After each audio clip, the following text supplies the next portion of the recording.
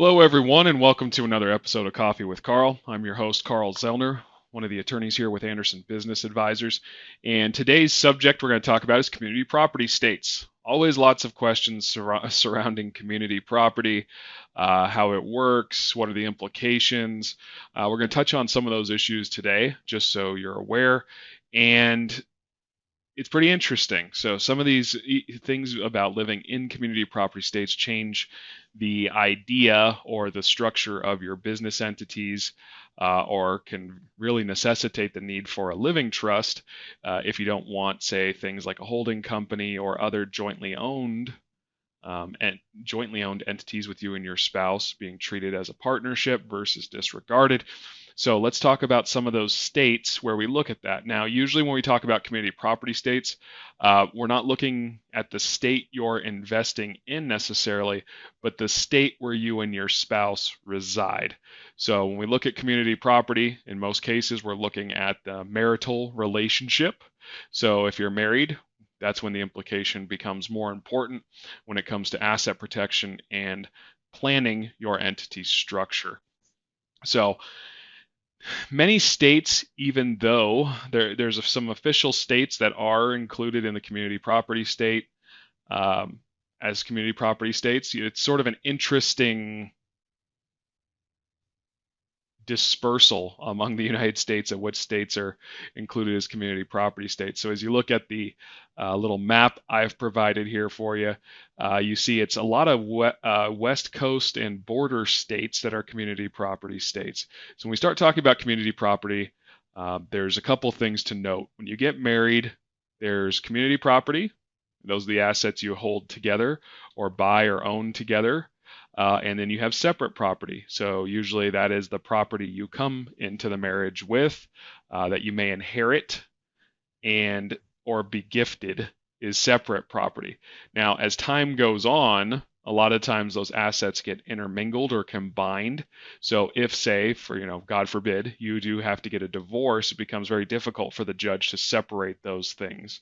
So we look at if you're intending to keep separate property separate. A lot of times we like to use different accounts or separate accounts for your business.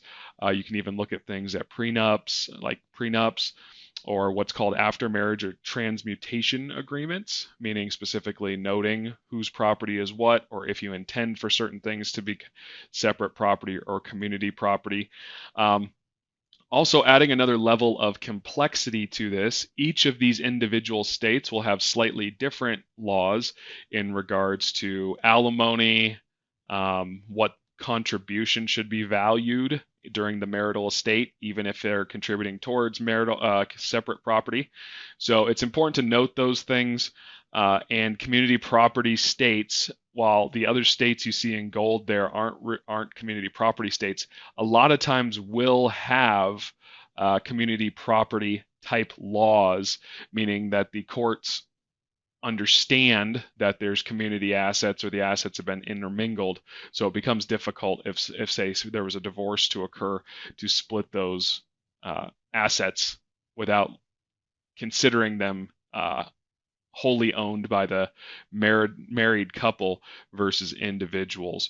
So just a couple things to keep in mind. The one thing is if you want to keep those assets separate, the general suggestion would be keep them in separate accounts, so it's easy to show the judge or a third party that there's a divide between your community assets and your separate property assets. The other thing to look at is in your entity structuring, what you need to look at in order to, if you're looking to set up an entity that you and your spouse both own, does it need to be a partnership or does it need to be a disregarded entity? Or can it be a disregarded entity? It can be a disregarded entity, but it requires taking that next step to looking at estate planning in order to make, say, a holding company or a Wyoming LLC that functions as sort of an umbrella company to make sure you have a living trust as the owner versus the two individuals. And this is the case as well when you start looking at married filing jointly in these separate property states. But community property and separate property, I would say the most common issue you'd run into would be in divorce. understanding the difference between those community property assets and separate property assets. So as always, we're here to help if you have any questions about community property, about your entity structure, and about any other items you'd like to discuss. So as always, I encourage you to take advantage of all the free content we put out there through our YouTube channel. Subscribe to the Anderson Advisors YouTube channel. Also, Clint's real estate channel is awesome. So if you haven't yet subscribed there, please subscribe to both. There's a ton of great information out there. We love seeing everybody in person, so we look forward to seeing everybody in person when we have a chance. We do classes all across the country.